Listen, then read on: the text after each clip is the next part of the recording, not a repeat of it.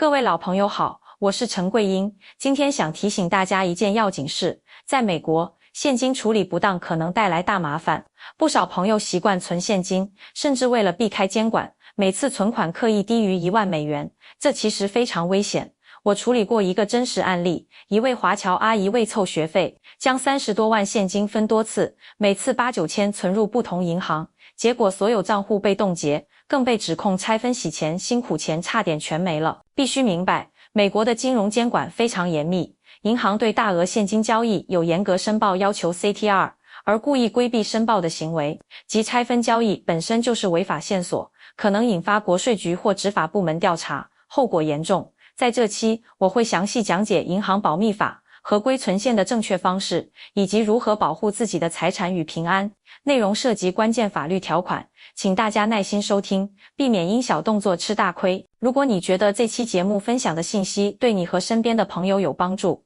请先点个赞，订阅一下颐养晚年这个频道，也转发给更多在美国生活的华人同胞。接下来，请大家务必集中注意力，认真看完。首先，咱们先来打破一个流传很广但误解很深的说法，所谓1万美元的申报红线。估计不少朋友都听说，在美国银行存现金，如果超过1万美元，银行就要填一张表。很多人因为怕这张表，怕被国税局查税，就千方百计不想越过1万美元这个门槛。这里其实藏着一个巨大的误区，也正是很多人出事的根源。这张表正式名称叫货币交易报告，英文是 Currency Transaction Report， 简称 CTR。请大家一定记住这个名字，它是根据1970年银行保密法的规定，银行必须履行的一项联邦义务。关键点来了，填 CTR 不代表你要多交税，不代表你犯法，也不代表你一定会被查税，它只是一个备案程序。美国政府为什么设这个规定？初衷不是为了盯着你的税款，而是为了反洗钱、打击毒品走私、恐怖主义融资这些非法活动。在政府眼里，大额现金流动常跟非法行为挂钩，所以只要你的钱来源是合法的，比方说是你开小店挣的税后收入，卖房子卖车的正当所得，或是父母给你的赠与，你完全可以大大方方一次去存，哪怕10万、20万现金也没事，只要你配合柜台，如实填表，说明来源，你就是安全的。这就好比在太阳底下走路，影子是正的，谁也不能拿你怎样。但咱们华人往往有个心结，觉得多一事不如少一事，财不露白，甚至有些人因为有一部分现金收入没报税，心里发虚，于是就开始动歪脑筋。而这个歪脑筋就引出了今天我要说的第一个，也是最致命的死穴，拆分交易，英文叫 structuring。请大家一定把 structuring 这个词记住，这是美国金融犯罪执法网络和国税局最常抓的行为，几乎一抓一个准。什么叫 structuring？ 法律定义非常清楚，就是为了避免银行提交 CTR 报告，故意把超过1万美元的现金交易拆成好几笔小于1万美元的操作。举个例子，你手上有2万现金要存，如果一次存完，银行会让你填 CTR， 事情就结束了，合理合法。但你不这么干，觉得自己聪明，今天存9千，明天换一家分行再存9千，后天让配偶去存2千，或者把时间拉长，这周存5千，下周5千，连续存几个星期。你以为只要不超过1万就不用填表，不填表，国税局就不知道我有钱。我告诉你，这其实是自作聪明，更是惹祸上身。这种行为在法律上直接就被定义为 structuring， 而且注意，它本身就是一个联邦重罪。这个逻辑有点霸道，不管你的钱干不干净，哪怕是你每天起早贪黑打工挣的血汗钱，即便资产来源完全合法，若有意图拆分存款以规避申报要求，这种行为本身已构成违法，一旦被认定有罪，法律后果相当严重，绝不局限于罚款。依据相关法律，此类操作可能面临最高5年的监禁，若涉及其他严重情节或关联违法行为，刑期可能进一步延长。此外，所涉资金可能面临法律处置程序，请注意遵守法律法规，合规管理个人资产。也就是说，钱可能全没了，人还得坐牢，绿卡也可能被吊销，最后面临遣返，这就是为躲一张表格付出的代价。你可能会问，银行每天那么多交易，我存个9000块，他们哪能注意到？我多换几家银行是不是就没事了？这么想就太天真了。这就要说到第二个重点，银行的隐形监控探头可疑活动报告，也就是 SAR，很多人以为银行柜员就是个数钱的或者办事员，其实在美国银行体系里，他们都是受过严格反洗钱培训的前线观察员。当你拿着$9500现金去存，或者连续几天频繁存进几千现金，柜员电脑系统里可能早就跳出了红色警示。现在美国银行普遍采用大数据和人工智能算法，自动分析交易模式，系统设定的预警阈值不只是1万，对某些账户可能单日累计超过3000，或者短期内频繁出现整数存款，就会自动标记。如果你总是存9000到9900之间的金额，系统很容易就会把你标出来。一旦系统标记你，或者柜员觉得你行为可疑，比如你问存多少要填表，听到1万要填，就抽回几张钱再存，柜员表面上会不动声色帮你办业务，微笑着跟你说祝您愉快，但你一转身，他可能就在系统里提交一份 SAR， 这份报告你是看不到的，银行也绝不允许告诉你。如果银行职员透露给你，他自己就犯了通风报信罪。SAR 会直接送到美国财政部旗下的金融犯罪执法网络 FinCEN，AR 那里有更强大的超级数据库，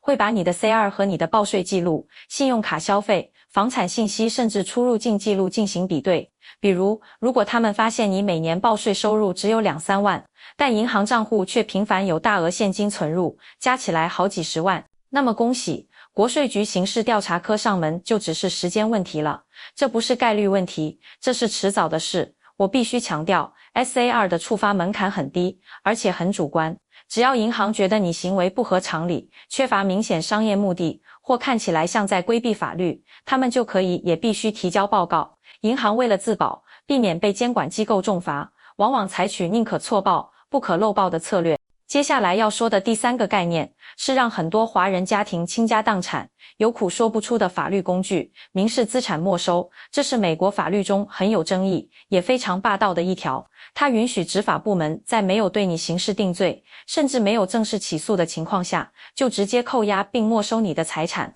理由只需要是执法部门有合理依据，认为这资产涉嫌犯罪活动，比如涉嫌拆分交易。大家注意这里的关键逻辑，在刑事法庭上是疑罪从无，检察官必须证明你有罪，但在民事没收程序里，钱本身成了被告，举证责任倒置，得由你去证明这笔钱是清白的。一旦钱被没收，你要请律师，上法庭，提交大量证据证明这钱是奶奶给的，或是卖房所得。这个过程漫长又昂贵，有时律师费比被没收的钱还多，比如被没收5万，律师费要6万。所以很多人最后只能放弃，眼睁睁看着自己辛苦攒下的几万、几十万美元充公。这绝不是危言耸听。几年前，中西部有一对华人夫妇经营杂货店，因为店里常收现金，他们怕现金放店里不安全，也担心一次存太多被查税，就在1年多时间里多次分批存现金，每次都低于1万美元。结果国税局没有任何预警，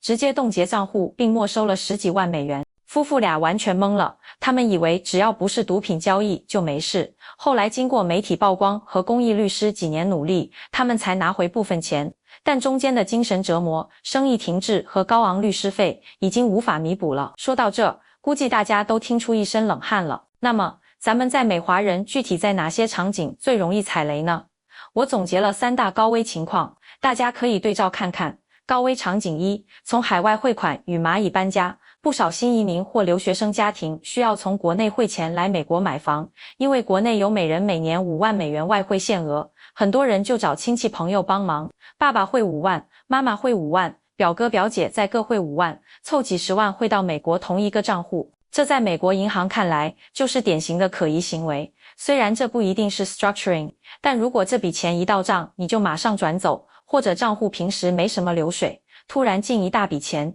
银行极可能提交 SAR， 甚至直接封控关户。现在大银行反洗钱风控非常严，一旦被一家大银行关户，你的信用记录会受影响，以后去别的银行开户都可能困难，这对我们在美国的信用生活是很大打击。高危场景2：现金收入行业，餐馆、装修、美甲、按摩、小零售，这些是华人社区的重灾区。很多老板收现金为了少报税，就把现金堆在家里，或者分批去存，这里其实有双重风险。第一，你没有如实报税，这是逃税；第二，你分批存钱，这又是拆分交易。国税局对这些行业有专门的审计模型，他们会根据你的店铺地段、租金、水电、员工数、客流量等推算出你大致的营业额。如果你报税的收入和推算差太远，而你个人账户又经常有说不清来源的现金存入，或者你虽然不存钱，却开着豪车，住着豪宅，这种生活水平与收入明显不符，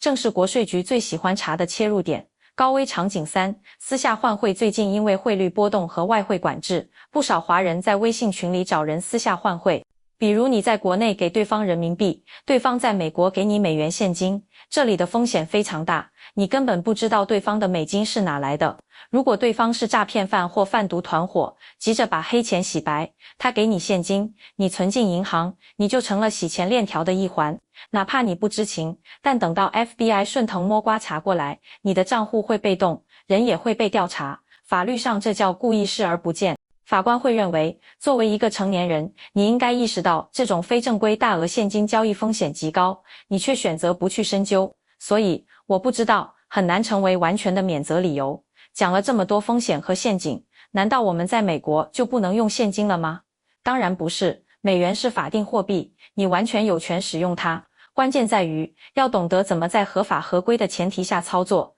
怎么建立起完整的证据链。下面我给大家几条实实在在的保命建议，请大家记在心里。原则1，诚实是最好的护身符。如果你有一笔合法的大额现金要存，比如卖旧车收到18000现金，请你一次性拿到银行柜台，直接告诉柜员，我要存18000美元。柜员会问你资金来源，你就老实说，卖车得来的。柜员会让你填 CTR 表格，提供涉案号和 ID， 如实填写就行。只要你这么做了，这笔交易就是透明、合法的。国税局看到 CTR 只会知道有这笔交易。只要你在年底报税时，如果涉及税务如实申报，或者这笔钱本身免税，那就一点问题没有。记住，填表不可怕，躲着不填才可怕。原则2，保留完整的证据链。在美国，证据就是一切，任何大额资金流动都要有文件支持。如果是卖房卖车，留着合同、过户文件、收款收据。如果是父母赠与，请父母写赠与信，并保留他们从国内银行取款或汇款的凭证。如果是赌场赢钱，留着赌场给的兑换单。当银行或国税局问起资金来源时，你能拿出这些文件，就是最有力的说明。银行看到清晰的文件，会把你的账户标记为低风险，因为来源清楚可查。否则，你只能口头解释，银行在 SAR 里可能写上客户无法提供资金来源证明，这在风控眼里就是一面红旗。原则3，大额交易尽量用支票或转账。在美国这个信用社会，用现金其实是一种成本很高的交易方式。能用支票、银行本票或电汇解决的，尽量不要用现金，比如买房买车，直接开本票交易，既安全，资金流向也清晰。国税局查起来一目了然，不会怀疑你在洗钱。用现金交易不仅有存取款的风险，随身携带大量现金还有安全风险。原则4，如果你是生意人，务必申报 Form 8300，这点特别提醒做生意的朋友，不止银行要填表，如果你经营车行、珠宝店、装修公司甚至代购，当客户支付超过1万美元现金时，你也必须向国税局提交一份 Form 8300，这份表格性质和银行的 CTR 类似。如果你知情不报，或者帮客户拆分支付，比如客户说老板，我今天付9000，明天再付9000，别填表了，你作为商家也会面临重罪指控。千万别为了一单生意把自己搭进去。原则5，别在家里囤大量现金。物理风险同样可怕，很多华人觉得银行不可靠，喜欢在家放几万甚至几十万现金，这其实有很大物理风险。美国入室盗窃并不少见，保险柜里的现金一旦被盗，房屋保险通常只赔很少一点，一般现金上限就几百到1000美元，大部分损失都得自己承担。另外，如果哪天你真的需要用到这笔钱，